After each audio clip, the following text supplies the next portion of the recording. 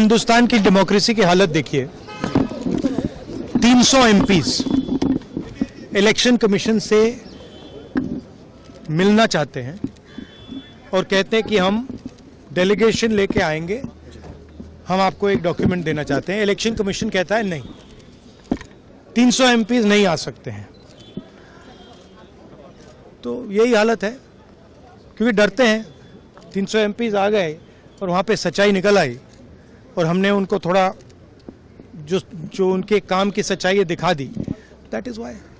लेकिन आपको लगता है कि सर आपको ये जो लड़ाई है, मैं थोड़ा क्लियरली बोलना चाहता हूँ। देखिए, अब ये राजनीतिक लड़ाई से आगे निकल गई है, ठीक है।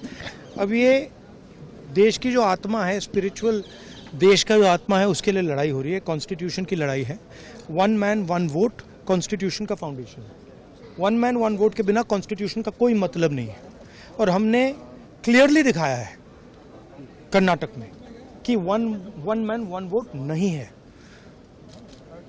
Multiple man multiple vote, 1 man multiple vote, सारा कुछ चल रहा है, ठीक है।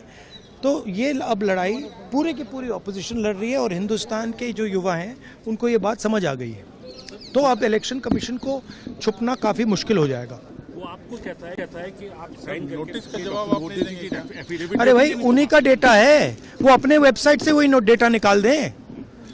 मेरा डेटा थोड़ी है कि मैं साइन करूं, उनका डेटा है। आप उठाइए अपना डेटा, हमने आपको ही दिया है, आप उसको अपने वेबसाइट में लगा दीजिए, पता लग जाएगा आपको। मतलब डिस्ट्रैक्ट करने का काम है, ठीक है। और एक और बात, आप ये मत सोचिए कि सिर्फ बेंगलोर में हुआ है। ये देश में अलग अलग कंस्टिट्यूएंसीज में हुआ है और इलेक्शन कमीशन जानता है। इलेक्शन कमीशन जानता है कि वो उसका जो डेटा है वो फटेगा। जो उसको अभी वो कंट्रोल करने की कोशिश कर रहा है, छुपाने की कोशिश कर रहा है, उसको हम निकाल देंगे, ठीक है। और वो फटेगा, वो जानता है।